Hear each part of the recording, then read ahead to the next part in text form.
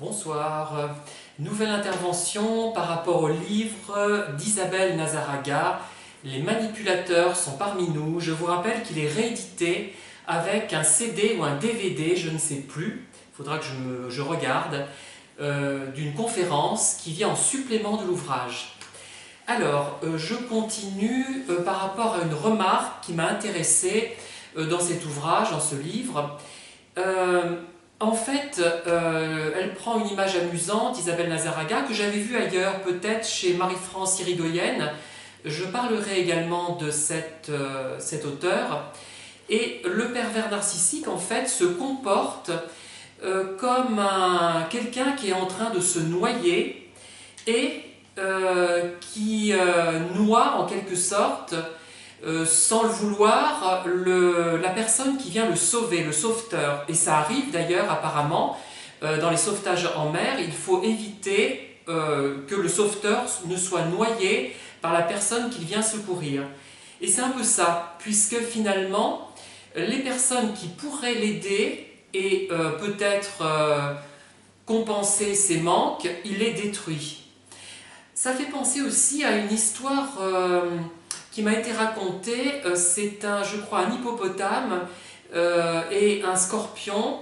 Alors le scorpion veut passer un cours d'eau ou un étang ou un lac, je ne sais plus, et il monte sur l'hippopotame en lui promettant de ne pas le piquer, de ne pas le pincer, et en fait il le fait quand même. Et l'hippopotame ne comprend pas, puisque en le tuant lui, l'hippopotame, le scorpion va mourir également noyé. Et c'est ça qui est incroyable, enfin moi je trouve. Mais bon, beaucoup vont l'expliquer de façon logique, mais il est difficile de trouver une vraie logique à tout cela. Et c'est vrai que la personne harcelée, en fait, c'est le double, c'est une sorte d'autre moi sur lequel le pervers projette tous les aspects négatifs, en fait, de lui-même, puisqu'il ne peut pas les intégrer à sa personnalité. Et d'ailleurs, c'est Freud qui l'avait dit, je l'ai lu dans un de ses ouvrages, je ne sais plus lequel, une série de reproches qui s'adressent à une personne, des reproches réitérés qui s'adressent à quelqu'un, correspondent en réalité à un auto-reproche. On se défend de se faire soi-même ce reproche en faisant le même reproche ou les mêmes reproches à autrui. Et c'est une sorte de projection, en fait, c'est un mécanisme de projection.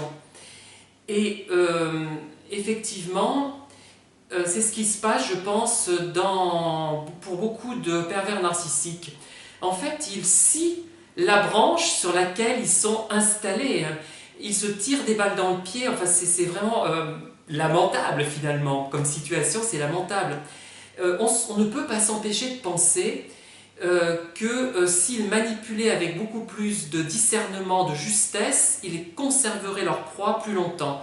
Enfin, certains y arrivent d'ailleurs, certains sont plus habiles que d'autres, ce qui pourrait laisser penser que tous ne sont pas de même catégorie, de même intensité. Mais là, je n'en sais pas suffisamment pour en parler et pour me prononcer. Alors, d'autre part, j'espère que les auteurs auxquels je me réfère, Isabelle Nazaraga notamment, me pardonnera si par extraordinaire elle tombait sur cette vidéo, les approximations que je peux faire, puisque j'essaie de faire ce que je fais en histoire, je vulgarise un petit peu toutes ces connaissances de façon à ce qu'elles soient très faciles à appréhender. Cela dit, ses ouvrages, j'en ai lu deux de cet auteur pour l'instant, sont très accessibles et c'est quand même facile d'en tirer des conséquences et de les utiliser pour sa vie de tous les jours.